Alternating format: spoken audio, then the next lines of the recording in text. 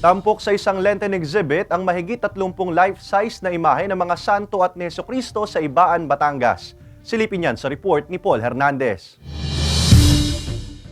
La Pieta, Tres Caídas at ang pamosong Last Supper. Ilan lang yan sa 35 religious images na naka-exhibit sa Pilgrim Center sa Archdiocesan Shrine at Parish of St. James the Greater sa Ibaan, Batangas. Tampok pa ang iba't ibang santo na mukha ng pagpapalaganap ng pananampalatayang Katolisismo. Silang mga tinatawag na intercessors o tulay ng mga nananalangin sa Panginoon. Ipinararating namin ang mga message namin para tulungan niya kami makarating kay Jesus ang aming mga panalangin. Habang nagdadasal, di parang naluag ang kalooban, pakiramdam mo, masaya na, nagaan baga.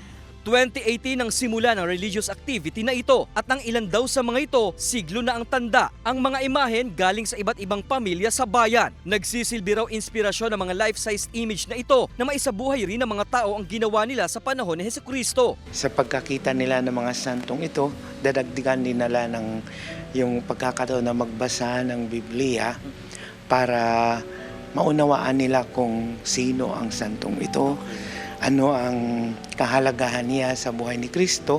Nakadisplay rin ang mga imahe ng sinasabing ina ng ilang apostoles na may mahalagang papel sa buhay ng Birheng Maria.